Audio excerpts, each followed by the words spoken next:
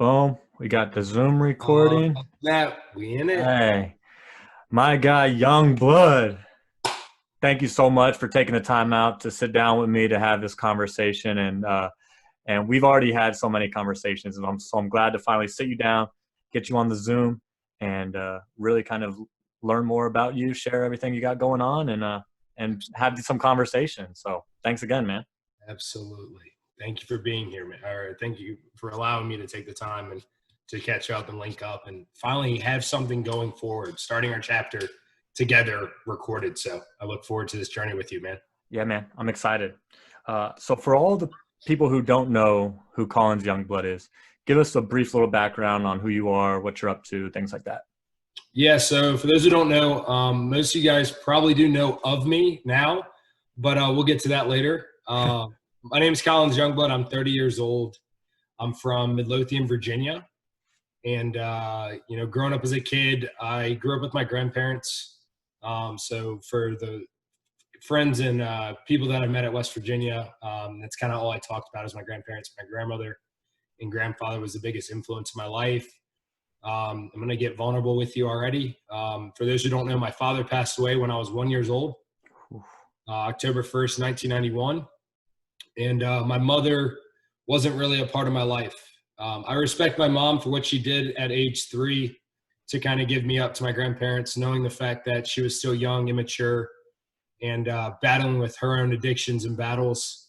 But like I said, my mother, I'm always going to love my mother from the bottom of my heart. And no, we're not perfect people. We all go through our struggles. We all go through our addictions and our battles and whatnot. And I'm glad that she kind of came to consensus on, working on her battles internally rather than bringing her kid down that same path.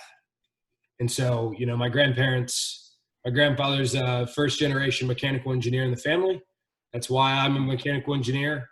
And, my grandmother, stay-at-home grandmother, but is my mom and raised 6 kids.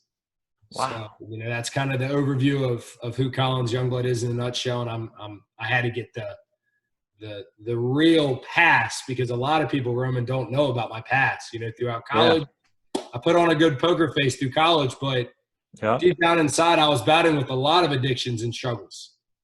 Yeah. Hey, man, it's okay to keep your cards close to your chest at times, but it's such a relief when you can kind of express what's really going on and share the truth behind it. And so, what did that growing up with your grandparents, growing up without your pops, without your mom, what did that kind of look like? And when did you kind of like outside looking in, kind of see what happened and everything like that? Like, tell me more about your childhood. It's a very good question. So, I was raised middle class. So, I went to a good elementary school, middle school, high school. Midlothian is outside of Richmond. So you do have a little bit more upper class. You do have a little bit more, wealth around that area.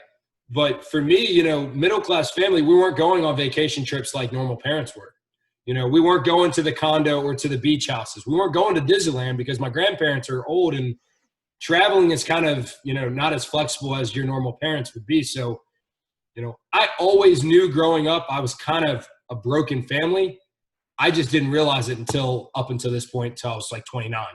Wow. And really dig down in my heart for those dark seeds, that dark past, that dark struggle that I realized as a kid, this isn't normal.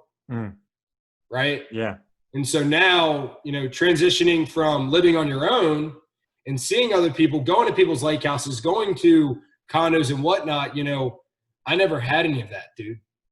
I was spoiled, but I never had the role model. I never had the mother telling me not to date that girl because my grandparents had the biggest heart in the world. They would take in anybody off the street. Anybody that I'd bring home. They didn't know if it was good for me or it was wrong for me. I didn't have that father to, hey, Dad, is this a good friend or is this guy just being a leech? Hey, Mom, should I be dating this girl? Or is she just trying to use me?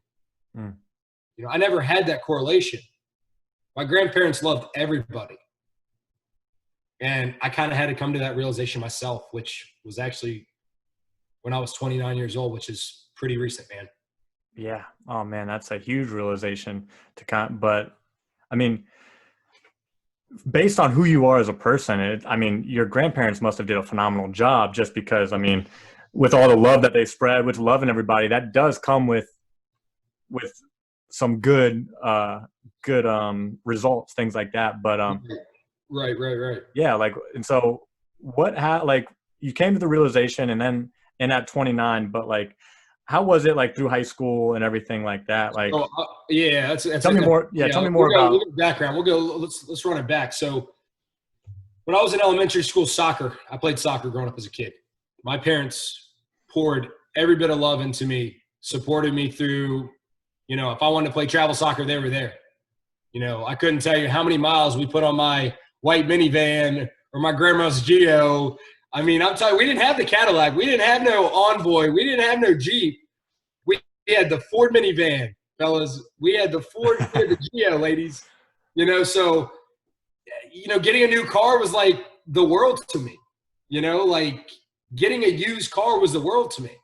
Or staying in my first hotel was the world to me. Like that, I was so grateful and seeing that and being able to just travel an hour away from home or 2 hours away from home. Or I think my longest trip was like 4 hours. We went down to Greensboro, North Carolina for a tournament, or up in Pennsylvania. But, my parents would do anything in their power. We were pretty well off back then. Money actually traveled a lot farther back then than it did now. Right. So, and we didn't have social media, so we weren't distracted. Yeah. My parents, they were always present. Roman, if parents watch this, my parents were always present. Whether it was me waking up, me coming home from school, me getting into trouble, my parents were always present. They weren't worrying about what that person's doing. They weren't worrying about what that person's doing. They were always present on me. And my grandmother, for ladies or fellas who haven't read the book, The 5 Love Languages by Gary Chapman, I highly suggest you read that book. Great book. My love language for my grandparents is words of affirmation, physical touch, and acts of service. The words of affirmation is my grandmother. She always gave me a Bible verse growing up as a kid. And I live by Philippians 4:13. I can do all things through Christ who strengtheneth me. But, it actually got even more deeper when I was in high school. My grandparents were helping me do my English paper. So if any of my English teachers are watching, please forgive me, but the credit goes to my grandparents. Yeah. And I got to be real with that because I hated school. I hated books. I hated reading. I hated writing. But now all I do is read books. That's all I do is read books because I notice the more knowledge you have in this world, the more powerful and the more smart you are. You don't have to brag about it. You just do it. Actions speak louder than words. And as long as you have that knowledge, you're golden. But it didn't click until I was 29, man. I mean, I'm telling you, all I'll do is read books. I don't have Netflix. I don't have that stuff anymore because all it is a distraction, man.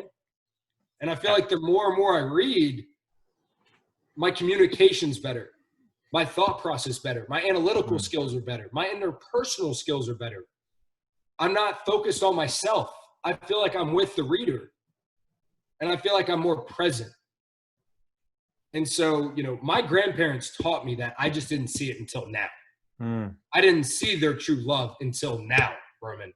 So now, when it comes to being a parent, I can say that I am ready to be a parent because I understand the amount of love, the amount of attention, the amount of patience that they had to raise me as a kid. And they get all my love and support for their 59 years of love. Their anniversary is coming in 3 days, August 10th. Wow. It's their anniversary of 59 years. So 59 years. Wow. Having family that's present like that is so important. And I feel like I grew up similar to you. I mean, we were middle class as well. I mean, when I was young in Colorado, we were sleeping on patio furniture in our home back then. And then we moved to Virginia. I had my grandparents around and things like that. But my vacation was wrestling tournaments. I didn't really win on vacation. My vacation was going to my buddy's Suburban and going with him and everybody. And then we would go to wrestling tournaments. And then we'd come back and I'd still be with them overnight. I'd go to church with them on Sunday and then they'd drop me back off at my parents' house. That's awesome. Like, So same kind of I feel like same kind of growing up process with sports, things like that. Right. Um, but that presence is so key because sometimes it's so easy to get distracted. It's like Yeah, as yeah, I want to talk a little about presence. yeah, open up, man. Let me hear it. I guess, I'm pretty fortunate that social media wasn't around in high school for me. But now looking back in college, I wasn't present in college. Mm, I was thinking of two things. Your ego lives two places in this world. It lives in your past and it lives in your future. If I was so present in college, I wouldn't have hung out with 90% of the kids that we hung out with. yeah, Because we were only thinking of two things: partying, or where's the next party with the most people and the best women, right? yep, And then in my past, of course, is my childhood trauma that I experienced as a kid. That I always wanted to suppress the pain. I always wanted to get drunk and get just drink to suppress the pain and lower and lower. But all it did was engrave that into my heart deeper and deeper. yep. Reinforced it. It didn't come out because tomorrow I was feeling it. Tomorrow I was feeling the pain. I Yeah, was feeling the pressure. I was feeling the anxiety. And so that presence piece, whether you're at dinner with friends, put your phone up. Whether you're, right now, that presence piece, you're gonna be 60 or 70 years old. And the one thing I hope you're not paying attention to is money, glory, fame, any of that. It's the memories that I've shared with the friends that I truly were present with. I want to mm, relive those memories in that hospital bed, because that's right now when I see all this struggle that my grandparents are going through. And for those who don't know, my grandmother just had a quadruple bypass and spent 62 days in the hospital. And the only thing that we were doing is having fellowship and reliving her memories with her husband of 59 years. We weren't talking about anything else. We weren't talking about status. We weren't talking about money. We weren't talking about any of that. mm. We were trying to relive those memories to when they were 18 years old, all the way up until now. And I think the more That's present huge. you are with the close circle, hopefully you got a close circle. Because I know, the smaller my circle got, the more clear my vision got. It's funny how that works, right? Yeah, And when you're not distracted and you're more present, and that presence is hard for a lot of people. We're worrying about finances, bills to pay. We got kids to take care of. We got everything going on. Look, I understand you got a busy schedule, but would you rather have a time to yourself, or you're gone tomorrow with regret? oof, that's And I huge, don't need man. to answer that question. Yeah, no, that's huge. I'm right there with you, bro. I don't like. It's crazy when I try and go back and remember college. It's tough, man. It's It's tough. It's deep, hard to it's hard to remember some deep. things, and that was it wasn't too long ago, and a lot of it was a blur, man. And I mean, the times I do remember, like, because I remember the camaraderie from the wrestling team. I remember those just like long days when we're training, and then we like over the summer we're training, then we're hanging out with each other, and then we're training again. Those times, like, it's like, but then it was like outside of that, it was Oh, like school wasn't big. School wasn't number one priority. I wasn't a student athlete. I was an athletic student. oh man. I So was. so I want to talk. Let's go into why we were so consistent with drinking, but we can't be consistent with the things that we dream of now. Mm, So so consistency is, it's funny. Consistency works in a couple ways, but right now a lot of people are consistent with the jobs they don't like. They're consistent with the people they hang out with, but they don't really. It's not a right environment, and they know it. yeah. We were consistent at going to class, but we didn't like going to class. We were consistent at keg stands Yeah. and hanging around with the wrong crowd, right? But why, if we're so consistent in college, or we're so consistent on our day in and day out boring scheduled days, why aren't we chasing our dreams and being consistent with losing weight, nutrition, saving money, finances, stuff that takes off stress rather than apply stress? I'm there with you, man. And that's why, honestly, I don't even drink too much nowadays. One, I just don't like the way I don't like the way I feel the next day. I can't deal with that. Honestly, my body like tells me it's poison nowadays. And so I don't really do that too much, but yeah, man, sometimes we are consistent. For those who don't know, Collins is 68 days sober, haven't had a drink since May 30th. And I think a lot of my friends know Collins is well known for alcohol. Collins and alcohol do not mix at all. And I'll have to say it, Roman, I burned a lot of bridges in college. I own that. I'm not afraid to say it. I own that. That's my past. I own my past. Yeah. But I'm not letting my past be my prison. My perspective is my power. And that's how I've been living my life lately. But I noticed with the alcohol, all it does is suppress your pain. All it does is take you away from being your untrue self. So you're creating your untrue self, which becomes your reality. My reality in college was not true Collins. Yeah. You see my bodybuilding. You see my discipline. You know what I'm capable of. I can go 8 months shredded. But I've translated that to a life commitment of not drinking anymore. Lifestyle. Yeah. It complete. Start your day in love is my lifestyle. We'll get to what start your day in love is here in a little bit.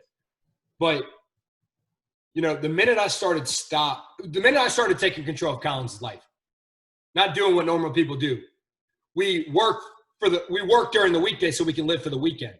Yeah. No. I live every day.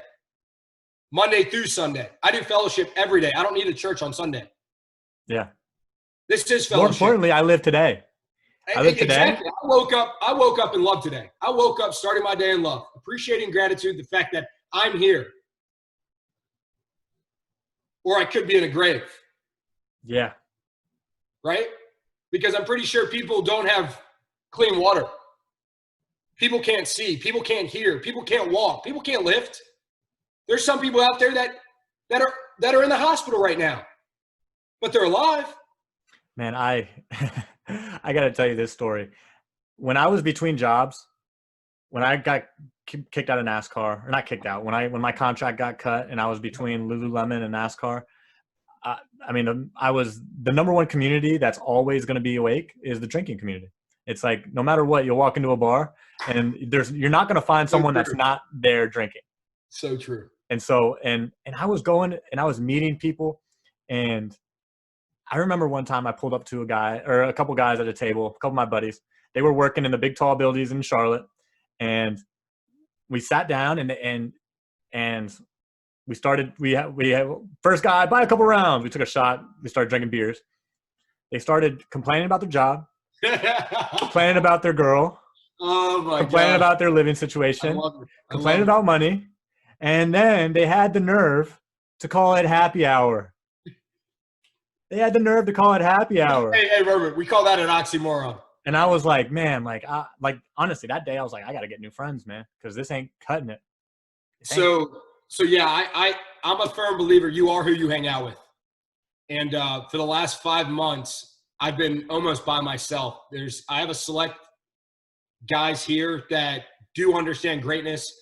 But, consider yourself blessed if you got 2 best friends that'll do anything for you. I have my mentor and my best friend, and then it's his son. Both are back in Virginia, Midlothian, Virginia.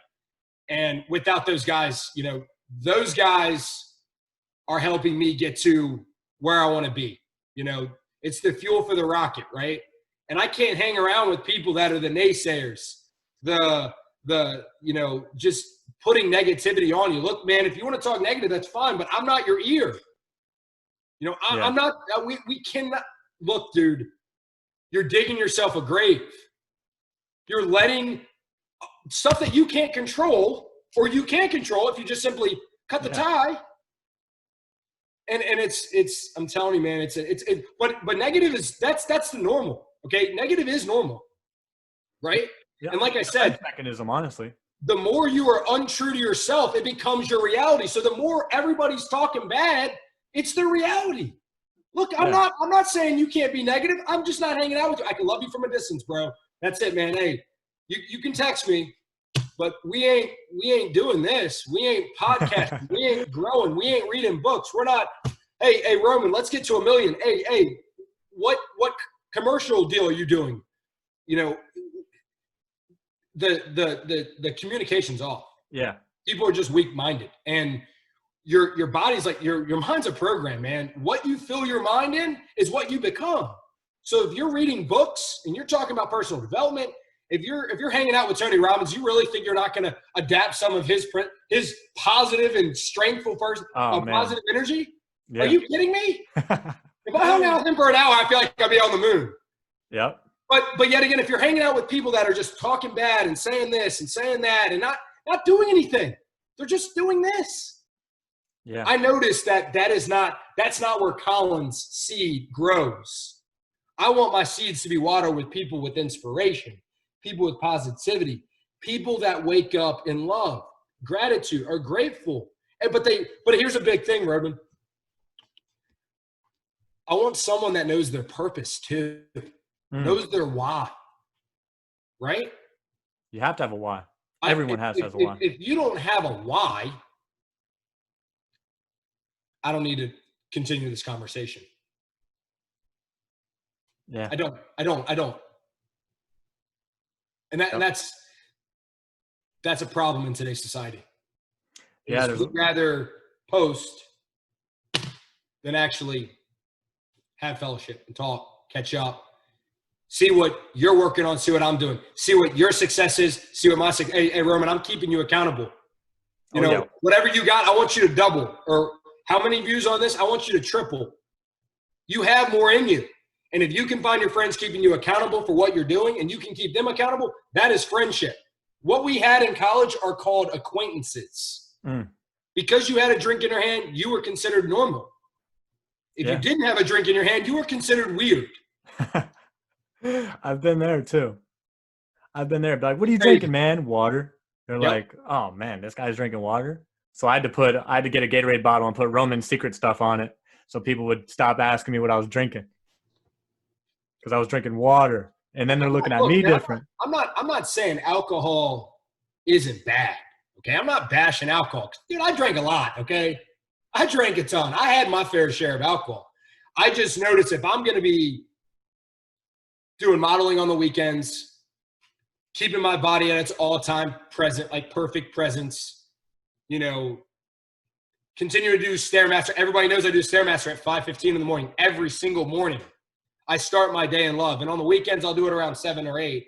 But then I'm making French toast or I'm making some kind of crazy pancake. Yeah. If you're not following me, if you want some cool recipes, every Saturday I'm making some kind of French toast. French toast for days, bro. But, at the end of the day, you got to find your routine. You got to find what works for you. And alcohol and me, we don't work. You know why? Because I really haven't told people this. But my mom had a very, very deep and dark past with alcohol. It's genetics. It runs in our family. My entire family with alcohol is nothing but a disaster.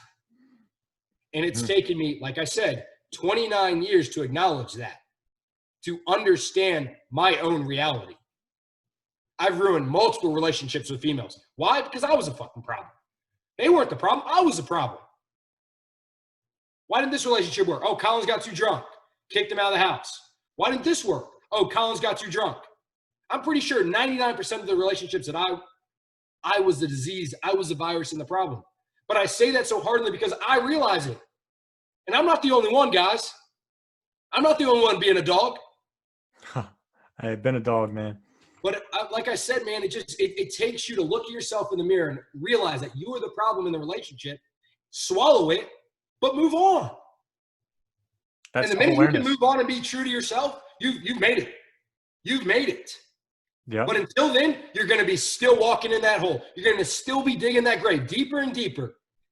And then you realize 30 years has gone by and you got nothing to show for. You're not happy with your accomplishments. You're not happy with the money in your bank account. This is the reason why people go depressed. This is the reason why they get sick. They get to 60 or they get to 50 and they're millionaires, but they're not happy. Because why? You didn't find your purpose. You were chasing the money. Yep. When you chase your purpose, the money follows you. When you chase the money, you die alone. Yeah. I've I've seen like a lot of, and I've seen it in my life too, just like when I'm not living with a purpose, I'm living in a cycle that is not for me. And then sometimes it takes like some event, whether it was me losing a wrestling match in college, whether it was me getting my contract cut from NASCAR. It was all just like cycles that I was living that I had to break free from, you know? It's funny. It's funny. It always has to have that, like, the lowest point of your life, right? Like as humans, we don't get it. Yeah. We literally think we're invincible. Oh, we're going to wake up tomorrow. My condolences, and honestly, the most respect goes to the Kobe Bryant family. But guys, he was 40. Okay? You're not guaranteed tomorrow. There's over 150, you can check Siri. There's over 150,000 people a day that die. Fast forward to a month, I think it's like 55 million a year. Guys, do you want to die knowing the fact that I was just working a job, just trying to make a paycheck? Or do you want to die trying to make a difference? So every day, my purpose is benefiting someone each and every day the minute I wake up. Whether that's a person at Planet Fitness that I can make her day and I can just talk, hey, I started my day in love. What does that mean? Gratitude and appreciation. What does that mean? Or giving her some kind of nutrition help. Or it's talking to the bag person at Kroger.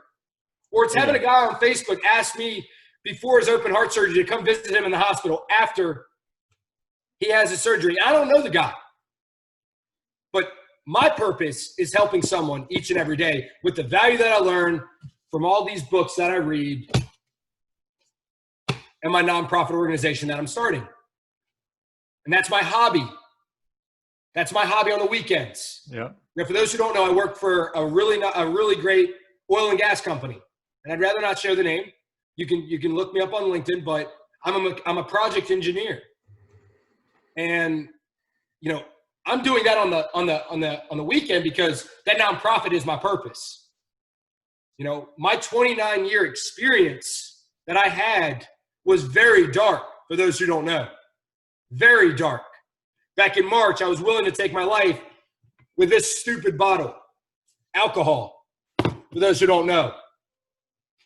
And the one thing that woke me up was my grandmother having to go in the hospital and having a quadruple bypass done. But yet again, we had two choices in the beginning of April. It was for her to come home and suffer a massive heart attack, or for her to have open heart surgery at 79 years old. But yet again, knowing the fact that she could be on dialysis for the rest of her life. Man. That's what was the turning point of my life. That was the breakthrough of my life. I still drank a little bit, but it wasn't that bad. I had to cut it. I had to give my alcohol away. But then I think it was the personal development. And then a guy, Lewis House, who I love School of Greatness. For those who don't know Lewis House, he's always got some kind of actress, celebrity, inspiration. You know, anybody on his channel is amazing. And he does an hour, kind of what we're doing right now. But big inspiration for me. It was huge. And, you know, to come to find out, he doesn't drink. But he's been around the party. You know, another person that I'm a really big fan of is Trent Shelton lately, Rehab. And, you know, went from NFL star to motivational speaking. He quit drinking. You know, there comes a time to where, you know, you have to mature, right? My breakthrough was my grandmother, because I knew how much love and passion that I had for my grandparents. And I knew I was lying to her, because every weekend she would say, don't drink, Collins, and I would drink anyways. I was lying to her face for 29 years, and I couldn't take it anymore. Knowing the fact that my lie she was going to die with, knowing the fact that Collins didn't change alcohol, would have broke my heart. I probably would have taken my life, to be honest with you, Roman. But I got that second chance, Roman. I got that second chance. Glad you did it. So now I got to live it. I don't need to talk. I need to live it. So it's been 68 days, and I feel amazing right now. Wow.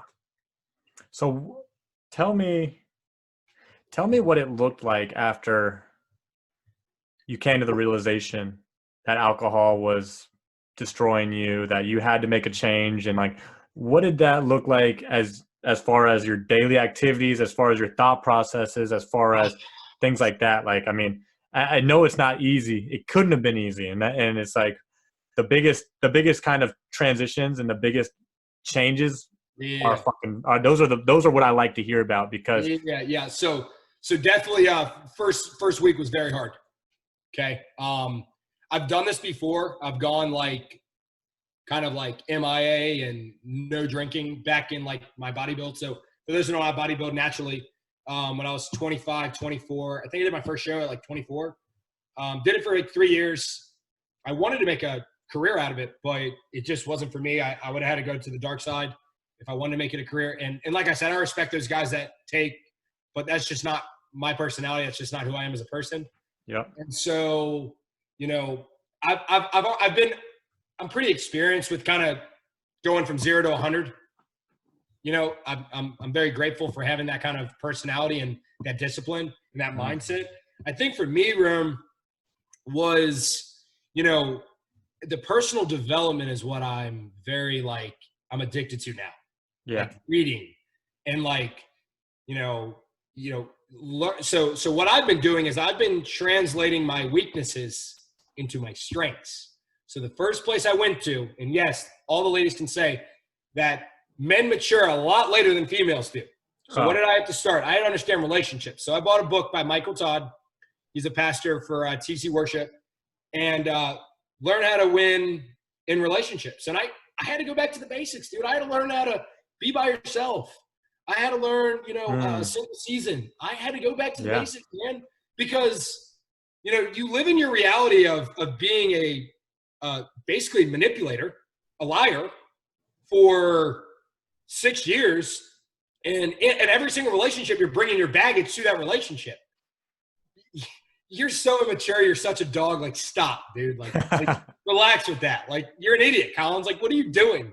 So every relationship, I would take some kind of baggage and I would try to hold it like over them. Like, and it's like, wait, they didn't do anything. Like, what the hell am I yelling about? Like, so, dude, it was a slap in the face, man. It was a kick in the nuts for me to have to go down in my heart and find out what I was absolutely terrible about. And I thought my life was like perfect, but really my life was completely opposite. So if you look at Instagram, my life's great.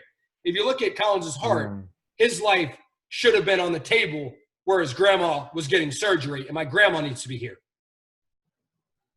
My heart needed to be on that surgery table, being operated on. Need to get fixed. It had to. But what does it do? It all starts with you. So podcasts. I wouldn't listen to music. I'd do podcasts. Yeah. I listen to Audible books. I would read. I'd read the Bible. I would do my daily routine. I would do my Stairmaster. So I kind of put myself back into prep mode.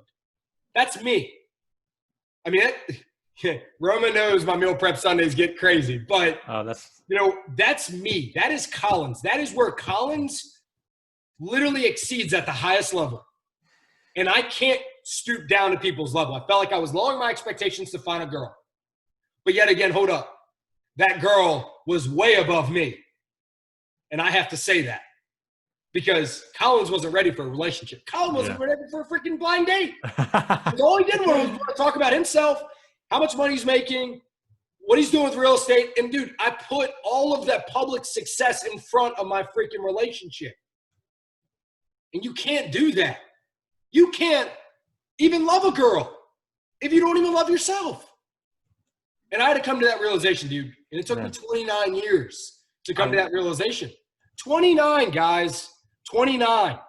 Okay? I had to grow up. And all my relationships were lust. I've never, and I apologize for every single girl I said the L word to. I've never been in love. I've said it because I felt guilty. Big pill I got to swallow there. But it is what it is. I can't, like I said, Roman, I'm not living in the past. I'm not living in the future. I'm here. I have goals set. But I feel like the opportunities that you don't take in the present, you miss. Therefore, your goals don't equate to the opportunities that are in the present. So when people say, what are you doing in 5 years? What are you doing in 10 years? I didn't know I was going to be selected for The Bachelorette. I didn't know. Like, no one, what do you mean? Like, no one did. Exactly. So you can't say, I'm doing this, I'm doing this, I'm doing – you got to have an open mind for your goals. You can set them. That's fine. But – and you can have a progression. You need to live in progression. But you don't need to be perfect. None of us are. None of us will ever just give up if you're trying to be perfect. Just Yeah. give up. Some goals aren't meant to be. Some goals are set as direction, and sometimes you don't hit them, but you're in the right direction, kind of thing. And I'd rather be in the present when I know that opportunity, when I feel it in my heart pressing, than miss it because I'm focused on a girl, or I'm focused on something else that is irrelevant to my life right now because I need to be here. You could be talking to somebody, you could be talking to a business guy, but yet again, you're thinking of a date, and you just missed the guy's name. You just missed what he does for a living. You just missed that he wanted to invite you over, but you fumbled. You fumbled, and you were right in the end zone. It blows my mind when you can be present, man, because I'm telling you, take this with a grain of salt, guys, but I've hit home runs when I'm more present than I do thinking of the future. Man, I liked one thing that you said when you were saying that you were lowering your standards while the other person was way above you too. And so that, I think that just speaks volumes, because if you feel like you're lowering your standards and she's up here, then Yep. you're probably bringing her down too. So I gotta respect them. You know, like, we're not all perfect people, right? You're always gonna have that battle and whatnot. I felt like I was lowering my standards, seeking just compatibility. I wasn't seeking a commitment. Yeah. So there's 4 levels, right? You're definitely attracted to them, right? You got a connection. You know, you guys could like a couple things together, whatnot. The companionship and the commitment piece was not there. Wasn't even close. I wasn't ready for that. So I was seeking really just the lust piece of it. And what is lust? Selfish fulfillment for yourself, no matter what the circumstances are, no matter who you're with, no matter what the case is, no matter how detriment the relationship is, you want to do it because of yourself. Terrible, terrible thing to do, guys, for a woman. And from a woman's perspective, too. If you guys are just going to be, look, I don't care what you guys do, but you need to date with intentions if you want a commitment. And what does dating with intentions look like? Core values. Is his faith there? Is he family oriented? Is he willing to put your thoughts over his thoughts? Does he go the extra mile to meet you in the middle? Is he 100% with you? And at the end of the day, is your communication and honesty there? Does he really love himself, or is he just talking? Because actions speak louder than words. And my action, I'm telling you, man, my actions, I wouldn't date myself back when I was 29. I wouldn't date myself when I was 28. Wouldn't date myself when I was 27. Wouldn't date myself all the way back in high school. Because why, Roman? I was battling my own battles. And when you beat your battles, you win your battles, you're ready to win your war. But that war is going to be won with my future wife, whenever she comes in my life. That's when we'll win that war. But right now, my battles are all won. And I hope I still have more battles, because that's more experience for the people that I can share to on these podcasts. Yeah. Look, take from me. I fail, guys, but I love the failure, because it just makes me that much better in that life. It makes me that much better that next day. Kobe used to love to fail.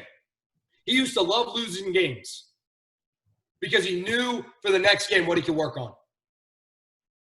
And I guess that's what it takes for Kobe Bryant to have the most missed shots in the NBA, but yet again, be one of the best players in the NBA. Yeah. Come on now. Me and you are on the same wavelength. I used to even tell people at 26, 27 when I was in NASCAR, and I'm only 28 now. But I used to be like, don't fall in love with me at 25. Don't fall in love. I'm gonna be so much better at 30. I'm gonna be so much better when I'm still finding, I'm still learning, I'm still growing, and I'm growing in myself. And it's like, it takes that self-awareness to kind of know that, man, I might have hurt some people in the past. I hope they forgive me one day, and I hope that I'm not the voice in the back of someone's head that is stopping them from doing something that they love. Right. Or I hope I'm not the voice in some woman's head that's like, you're not enough. That is the one thing I don't want. But man, it's like, I know I did some messed up stuff in the past, but I am such a better person. It's just because now I'm putting the time to myself and not just going out for things that are going to satisfy me in the moment. That's right. Yeah, like I gotta forgive myself and I gotta say sorry and I apologize, but I'm praying for every single woman that I dated, and I forgive them. That's it. The hardest thing to do in a relationship is to forgive, and I forgive every single person that dated me. I forgive every single person that walked into my life, guy or girl, who walked in my life as a friend and walked out. Hey, good, because now I understand why you walked out. I would have walked. I wouldn't talk to myself at all. Yeah, I mean, I was that guy so involved in my ego, but dude, where it stems from was I was neglected as a kid. There are times where I was neglected.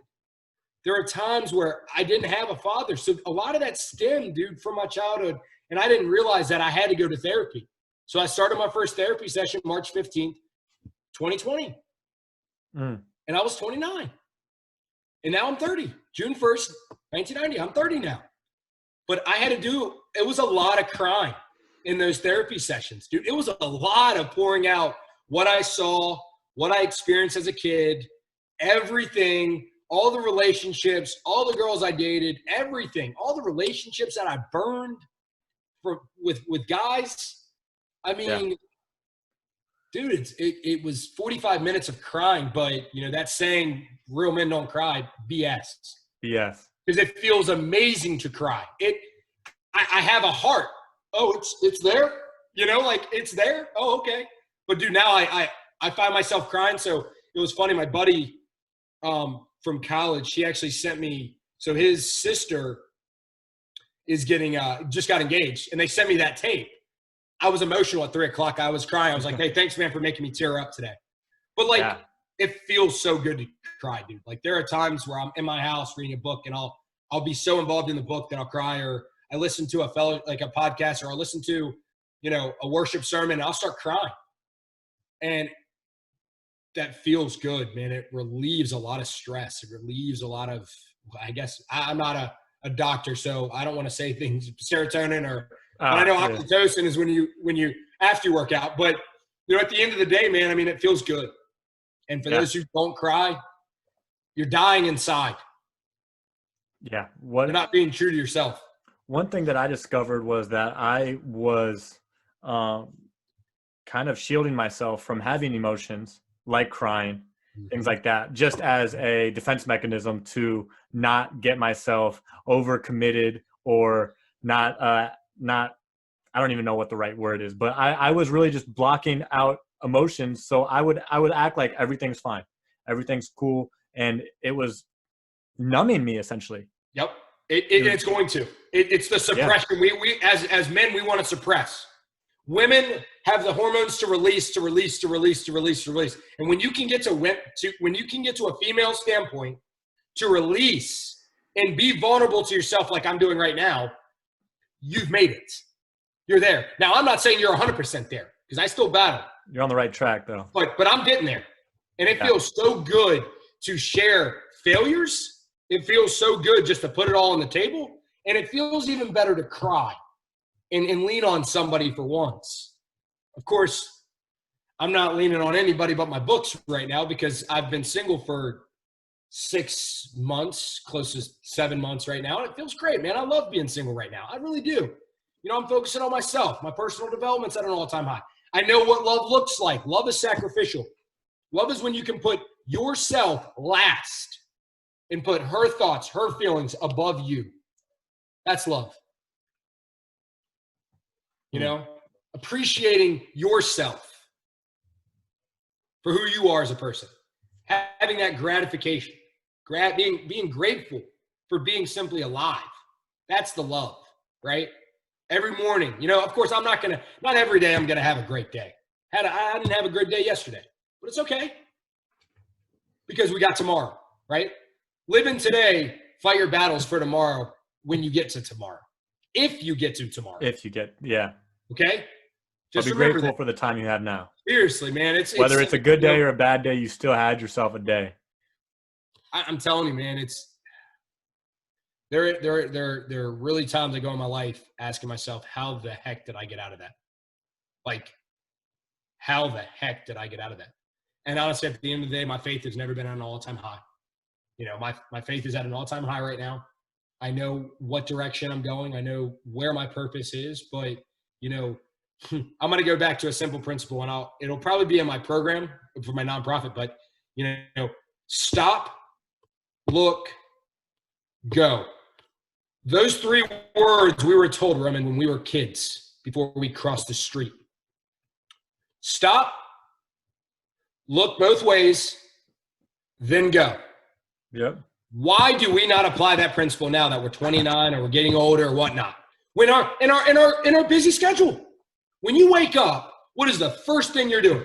You're checking your email, you're checking your iPhone, you're checking your Instagram account, you're checking your Snapchat, you're checking your Facebook, you're checking every single account known to man.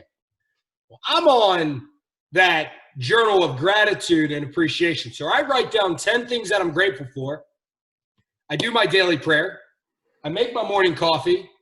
I jump on that Stairmaster by 5:30, and I got a podcast of inspiration, motivation, or something. I'm doing 30 minutes of steady state cardio. I come home. I do my daily bread. Thank you to Charles Stanley. And I'm making some nice breakfast, egg whites. And that's my day. That's my me day. 2 hours of me day. First off, right? That's my personal time. Some people, if you're not a morning person, that's fine.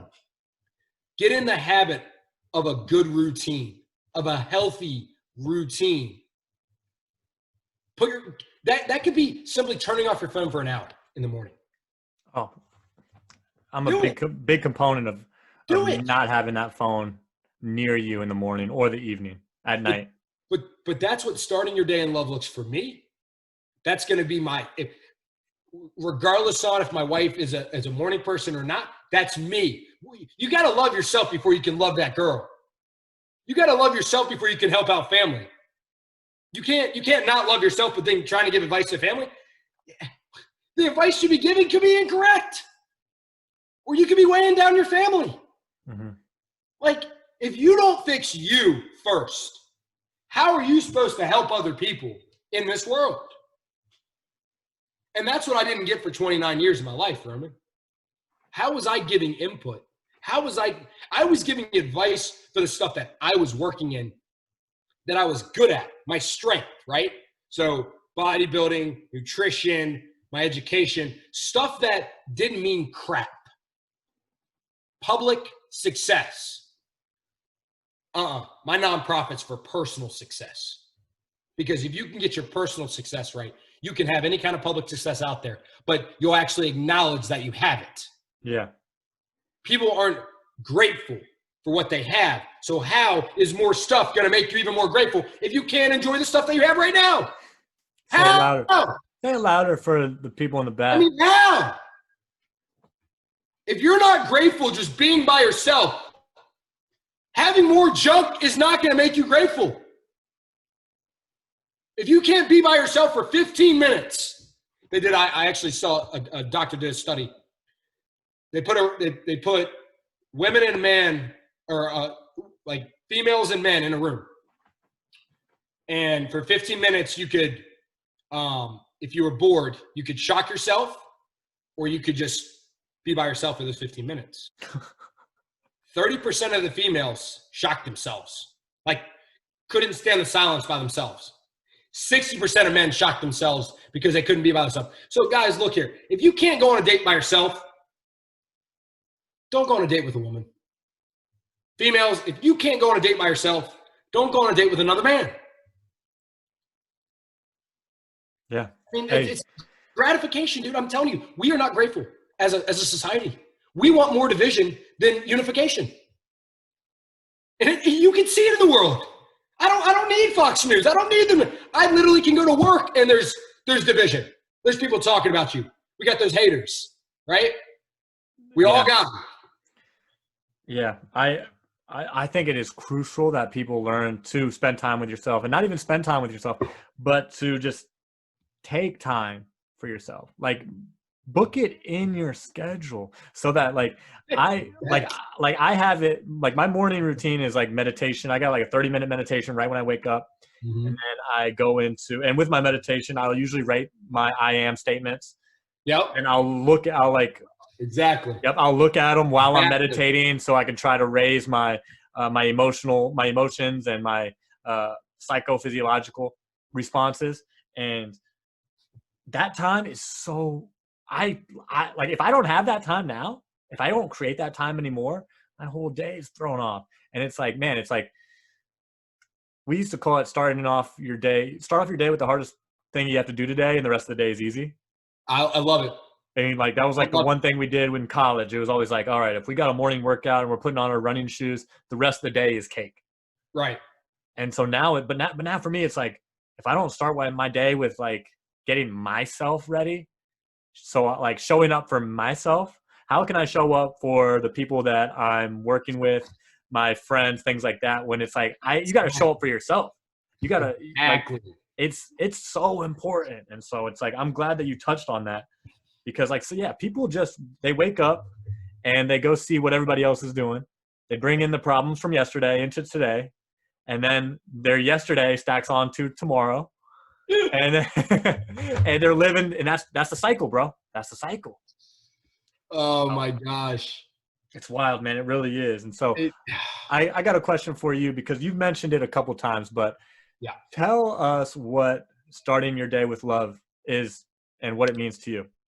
Yeah, hold on, brother. Let me get something that I'm opening up right now, because I've got the I want to go deeper on that subject, man. Oh yeah, go deeper then, and we'll come back to it. I got it, man.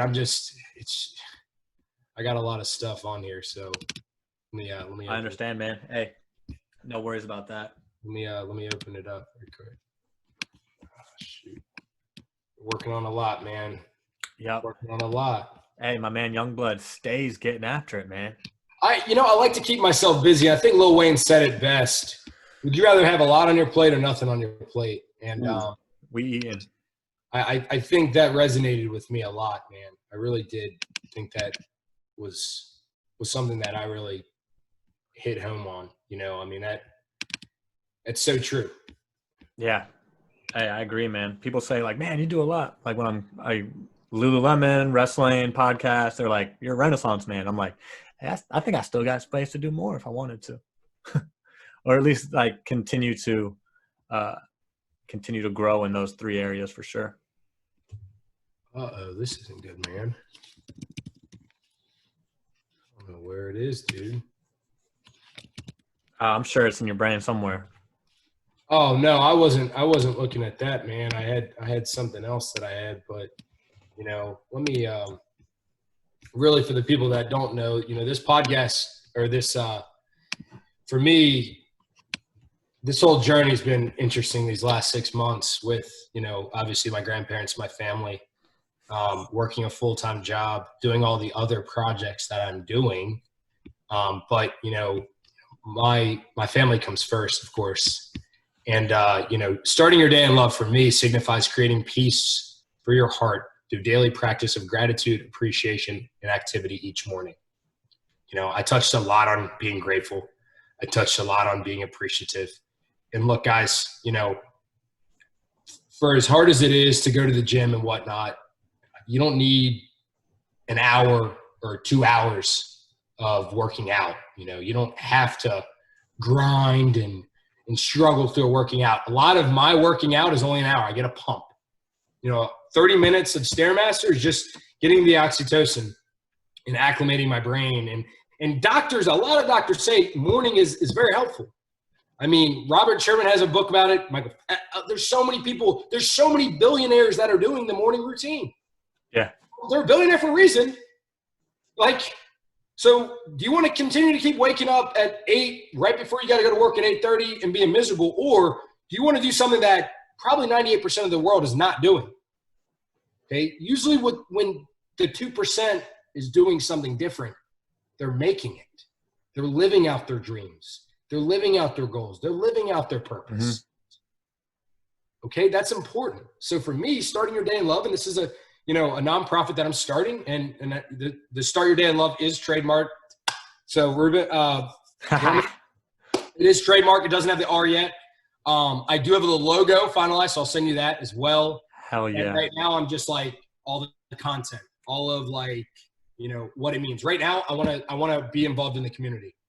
So for those who do want to work with me, I'm only targeting those kids who didn't have a father, kids who did have a father, but the father's not in their life, kids that have a mom, but the mom's no longer in the picture, or kids that simply live with their grandparents because their parents were no longer, not all in the picture. Now, guys, hear me out. I'm not a quantity person. This isn't a mastermind. This isn't a, join this. No, guys, you get me one-on-one, and I'm literally an accountability mentor. I'm a mentor. So whatever problem you're battling with, let me help you. Now, I know that I'm based out of Ashland, Kentucky, and probably half your listeners, 1% of your listeners know where Ashland, Kentucky is. I'm based out of the tri-state area, so Kentucky, West Virginia, Ohio. But like I said, it's not getting public yet because I'm taking my heart and soul and pride in this content, and I'm doing what works for me, what I battle with all the childhood trauma that I battle with, how I got myself up, how I discipline myself, how I stay focused, how I stay on the grind, how I actually know what real hustle looks like. So, if you're battling with something, guys, I can help you with 100%. If you need help with relationships, I can help you with. I'm not going to just join this and do this. No, my goal is to teach leaders, groom these kids into leaders, groom these kids into mature people way before 29. Yeah. I don't want them wasting their time. I'm only taking between 18 and 30 because I know that. That is my language. I know, guys, I know how to keg stand. I know how to shotgun a beer. I've been there. I know what dating multiple women looks like. Guys, I've lived it all. I've seen it. I've done it. I've been there. I've done it all. But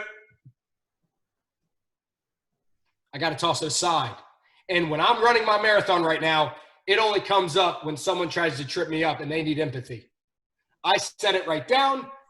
I'm on my journey. If I got to come back and go run and come back and get it, I'm going to get it. I'm going to pull it with me. That's fine. Because that's a leader.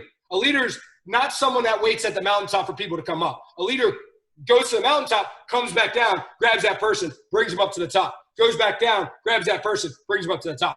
I want to develop quality people. This isn't a podcast that I'm doing. I want the testimony that you shared with me and you working together from point A to point B, and I want you sharing that with the world.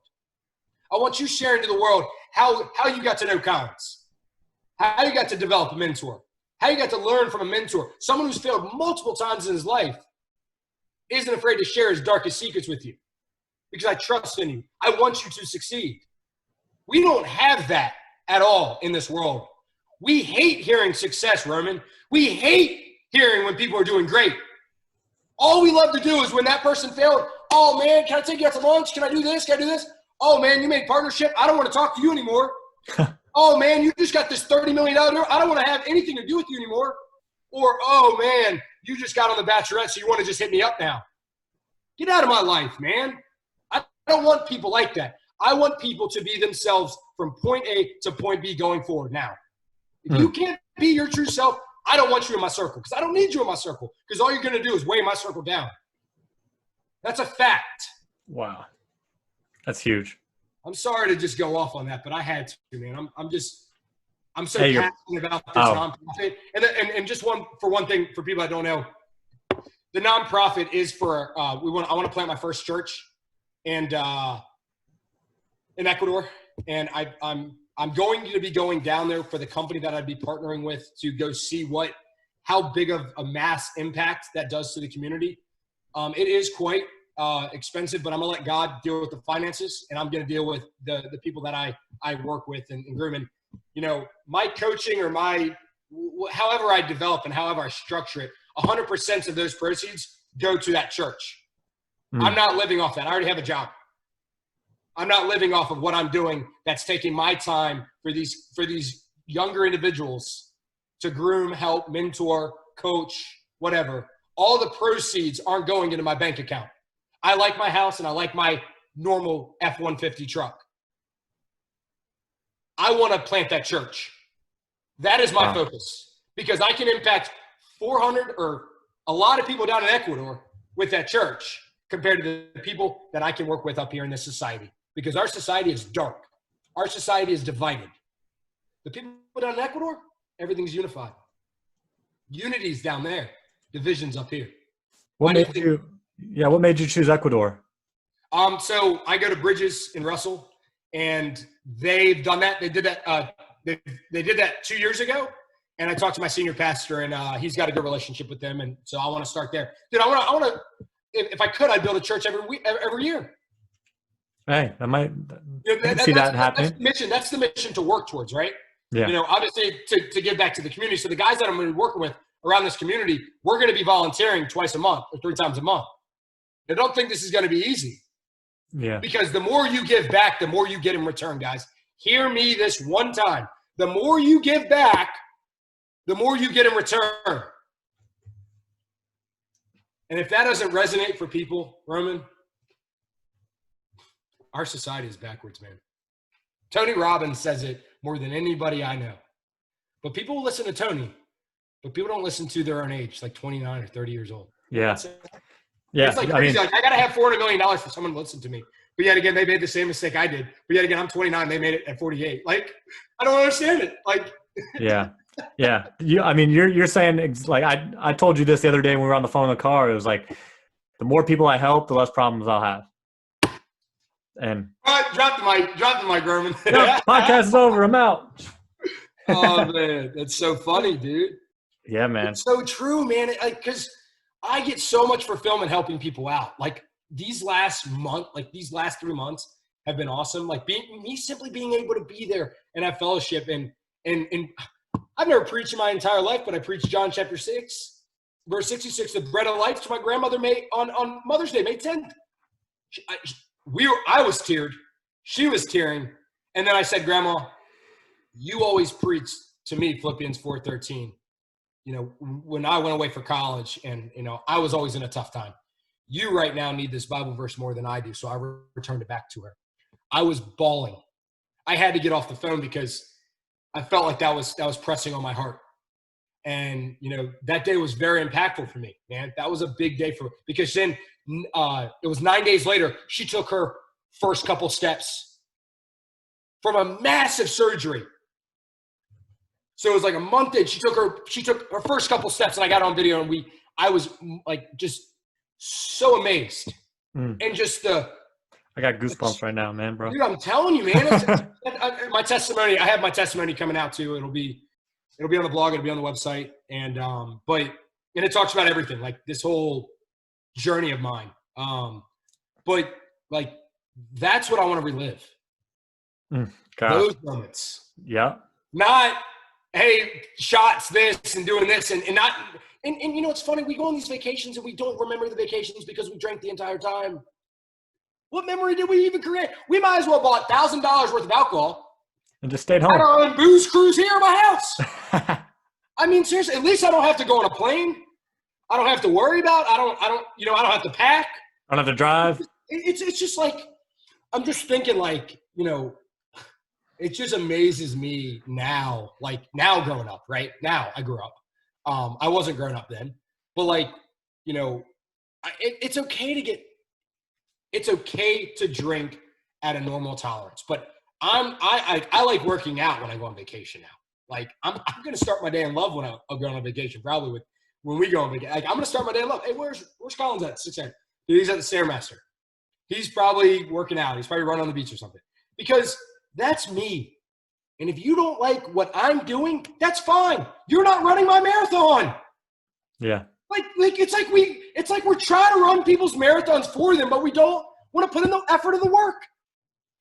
I'm just amazed. Like I see life through a different lens now, man. I do. I see life through a different lens. It's like, you know, all right, that person's not good for me. That person's not good for me. That person tripped me up. That person I shouldn't talk to. That person definitely shouldn't talk to me. And I need to stay away from that person. It's like I can sense the negative cloud that's just weighing over. You know what the one problem is that we do in life? What's that? You're limiting yourself. You're limiting yourself. And that's a problem. You're setting limitations on your life when you introduce those people into when you're around that environment, that negative environment. You're limiting yourself. You're talking about that person, you're talking about that person, you're talking about that person, but deep down inside, you're hurting. Mm-hmm. You're not being real with yourself. Wake up, honey. It's 2020. We have a pandemic going on, and I'm able to create business, nonprofit, stay healthy, model, do all this stuff. It hasn't slowed me down at all, and it's not going to. My condolences, my prayers out to every single person that's been impacted to this coronavirus. But guys, it all starts with you. You. And you got to get out of that negative state. You have to. You can't control the virus. What are you doing? You can't control the politics that are out there. Well, why are we even talking about this? It's got to the point where we can't control things, but yet again, we want to talk about them. Why? Endlessly. Why? Endlessly talk about them. Talk about soaring. Talking about being crushed and overcoming a very, very negative place in your life. Talk about high performance habits. What's so hard about that? Yeah. Seriously, dude. Some people get it. Some people it clicks earlier than others, but hopefully people do get the message for sure, man. It's I hope it's sooner than later, brother, because I'm just stuck. With your help, I think it will be sooner than later. We'll see, man. I mean, like that's the goal. I mean, I'm here for people. I'm here for people to reach out to me, but you know, the nonprofit isn't ready, man. And I want to say something real quick that, you know, I did find what I was going to talk about. I kind of want to share it now. Share it, bro. Let's hear it. What you got? You know, so for my nonprofit, you know, there's going to be a word from me. And I had CEO in there, but I had to take that crap out because that's just status. It's Collins, a word from Collins, who's the owner of this nonprofit. So I said, the organization Starting Your Day in Love symbolizes helping people the minute they wake up. The hardest step in life is taking the first step. Whether that is in the morning or in the middle of the day, it all starts with you. Throughout our lives, we wake up each and every day not knowing what our purpose is in life. We wake up sometimes in fear or have anxiety. We wake up worrying about work and how we're going to make it through the day. Fast forward and the years go by, and we aren't happy or thankful for whatever we've accomplished. Why do you think that is?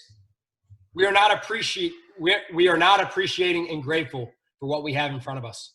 Another reason, we overcomplicate things and make excuses to run simply from the truth. Even deeper, we are being untrue to ourselves for so long that it becomes our reality. Throughout all my 20s, I was there. I completely understand why people are lost, why people don't respect others and are simply dishonest. Guys, I was there. Why people wake up without a purpose. I was there. Why people simply dread getting through another weekday and live for seeing the weekend. I was there. Guys, you are purpose. After looking at myself in the mirror and realizing that I was the victim in my life changed for purpose.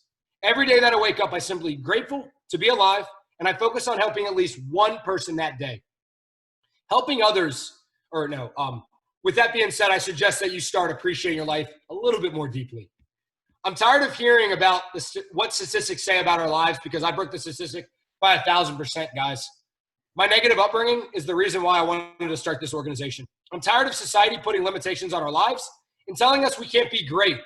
A life with limitations is a faithless life, and a life without limitations is a faithful life, guys. I want to change the mindset and reprogram those who want to take the next step. Starting Your Day in Love is here to change the way we wake up in this vastly changing world. Should have put negative in there, but I want to keep vastly changing world. On behalf of Start Your Day in Love, we look forward to shifting the way you wake up each and every morning.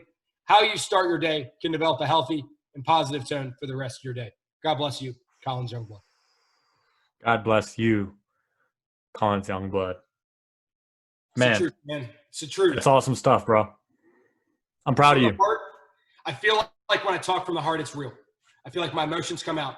I feel like my passion's there. I feel like I know that what I'm saying is adding value versus just trash.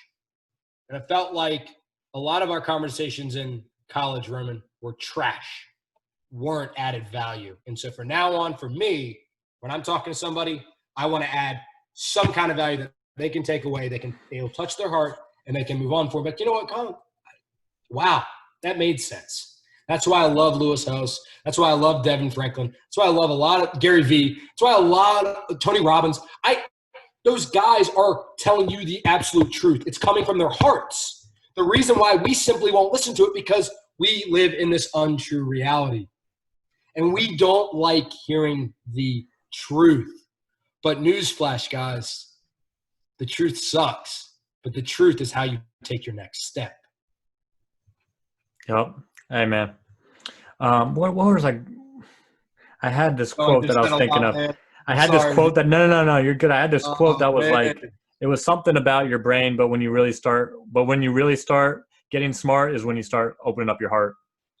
It's like you can get all the brain book smart you want here, but if you're not thinking with your heart and you're not open with your heart, then it's not. So you're not in the right place. One of the quotes that I have, it's about struggle, but it's so true. It kind of ties in this, but when the reward is great enough, the struggle will never be strong enough. Look at Muhammad Ali. He hated to train, but he had a championship mindset. He said, if I can get through this, I can live like a champion later. He used to hate to train, and this is the best fighter in the world. Yeah. I mean, how many times do we hear all these motivational quotes, this positive, this just all the positivity, but we don't want to take it?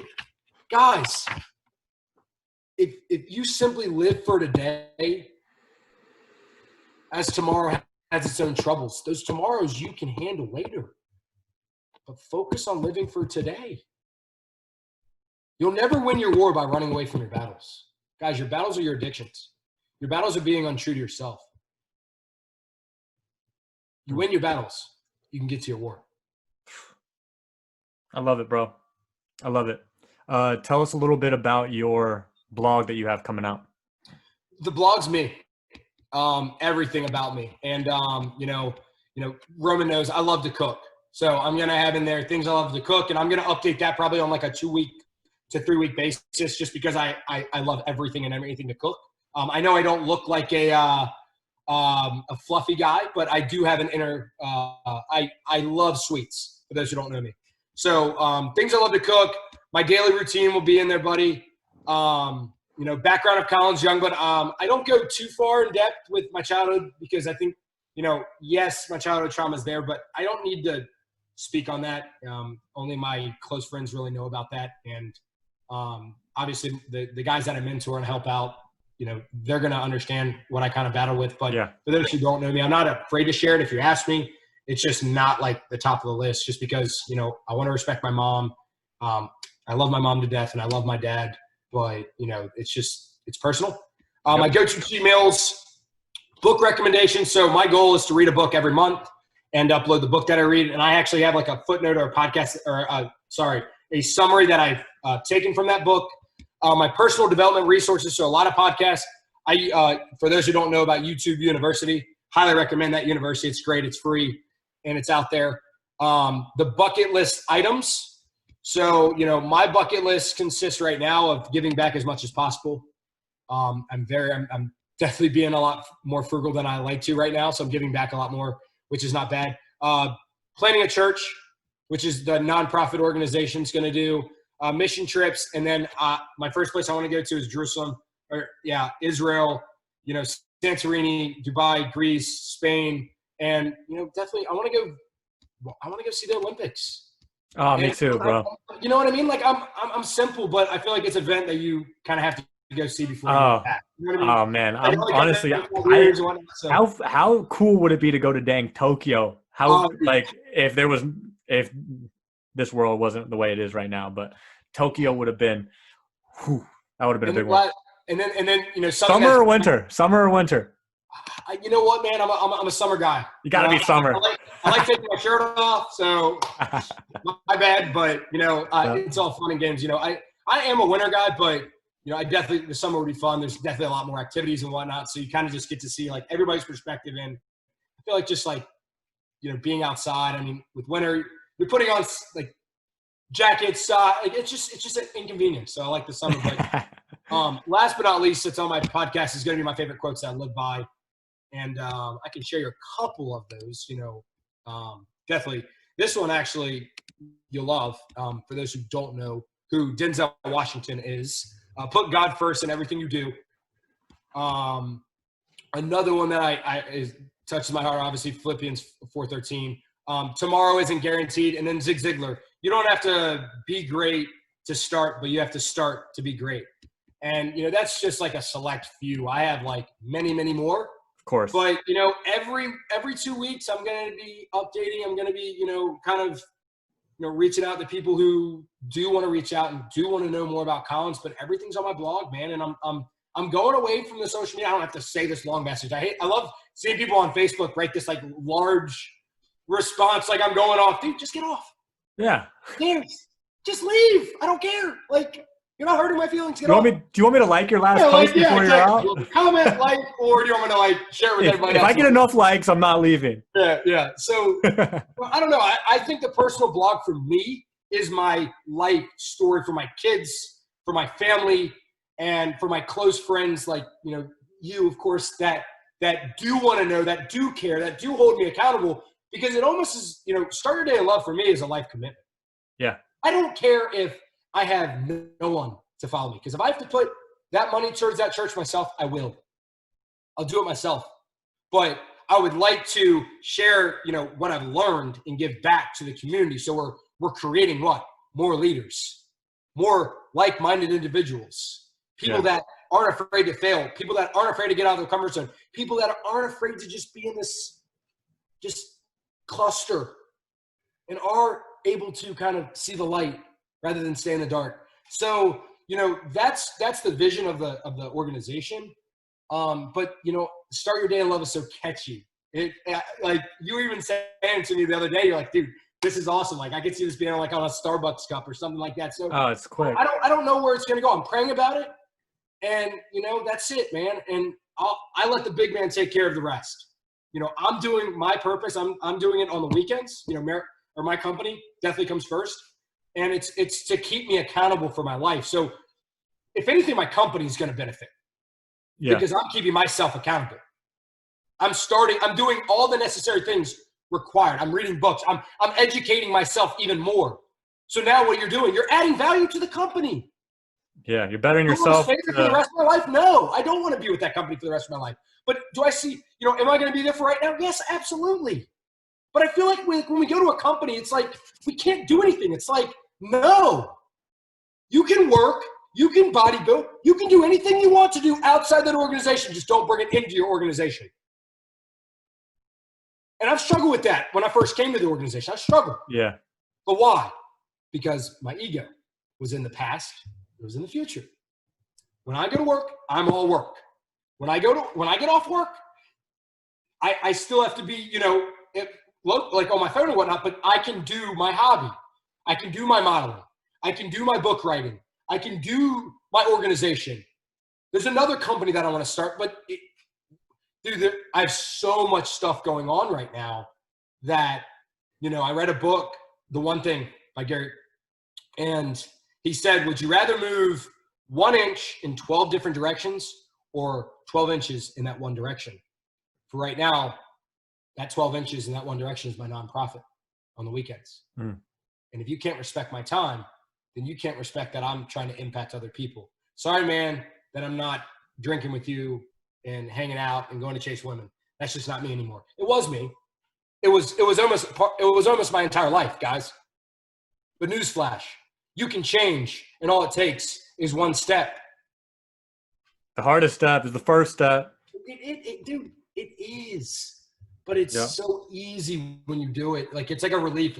And literally, like, when I was true to myself back in March, dude, it was like 100,000 pounds of, you know, weight off my like I felt like I had depression and anxiety, but it wasn't because of like the stuff that was going on. It was like I was creating the pain for myself. I was creating my own, like I was the victim. Like, I was creating my own pain.